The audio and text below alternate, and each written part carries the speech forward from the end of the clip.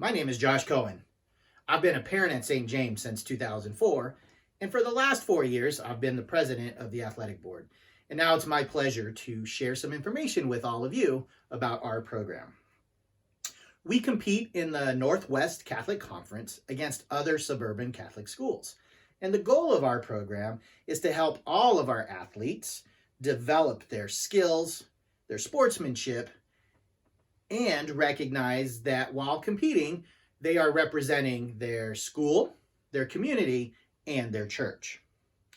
Our athletic calendar consists of 3 seasons. In the fall, we offer girls volleyball, co-ed cross country, and co-ed soccer.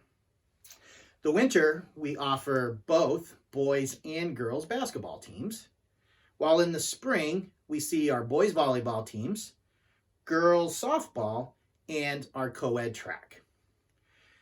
The athletic program is open to all students, 5th through 8th grade, and we guarantee that every student who plays and participates will see meaningful playing time throughout their season.